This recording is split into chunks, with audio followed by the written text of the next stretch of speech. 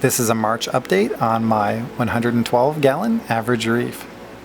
While I haven't added any new corals this month, I do have a few pieces in quarantine that I will be adding shortly.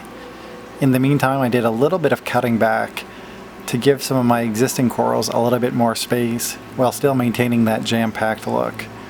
It's quite a challenge fitting new things in and stopping old corals from stinging other corals. Most of the work was done on this side. I mostly just cut out some mushrooms that were growing right into other corals, and I moved a few things ever so slightly just so they're not stinging other corals. You can see I missed one small mushroom here, but the whole side of this chalice was basically covered in them.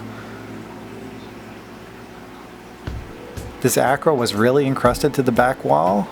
Now it's got a little tiny bit of space, but it's also just touching that toadstool in front of it. Some things, like the candy cane coral colony, were moved accidentally. But overall, I'm really happy with the view here. This is by far my favorite spot to look at the tank from. I just love looking at corals through other corals.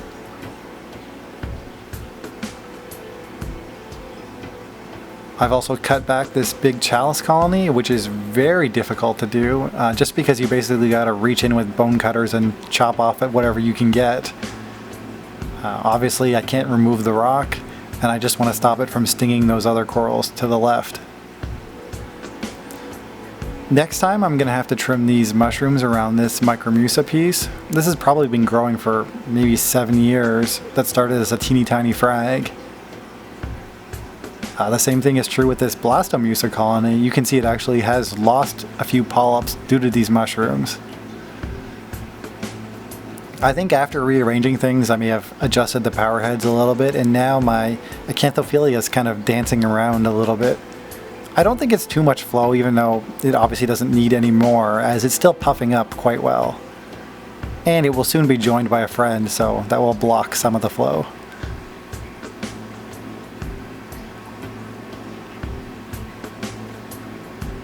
One of these days I've got to get some more microlords. I used to be really into these corals, but for whatever reason I haven't picked up any in quite some time. My toadstools continue to drop babies pretty much monthly. It's really annoying, but at the same time I have lots of frags to trade in the future. My little yellow Goniopora is looking great. So is the short polyp one, which I'm now convinced is actually Bernard Pora beside it.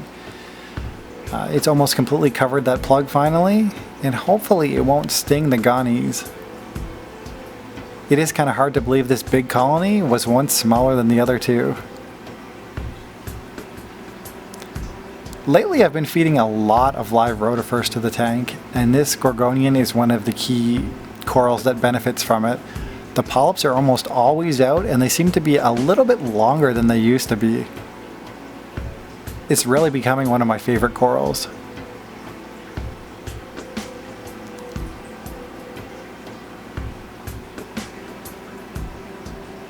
This mystery NPS coral I got at the end of last year still hasn't opened. I've never seen it open. However, I did look at the back where it was cut, and there is some growth. So I think it's doing okay, it's just I've never seen it open. Another future cutback is going to have to be this pom-pom Xena. It's really getting out of hand. I just don't have anywhere else to put it. I know some people will be like, oh, just throw it out. I hate to throw out corals, and I'm already starting to do that with some invasive pallies. This is certainly an in-demand, if a very beginner coral. It's just I don't have anyone around here to give it or sell it really cheap to. It does look really nice against the back of the tank though.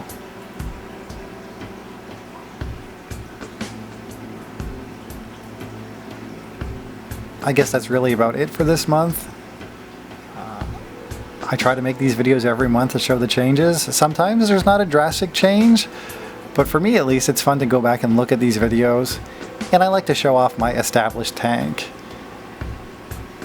I know my wife commented that she rarely sees tanks that look like ours, and I don't know if that's a good thing or a bad thing, but I do really enjoy my reef. That being said, If you have any constructive criticism, I'll certainly hear you out. And thanks for watching, and happy reefing.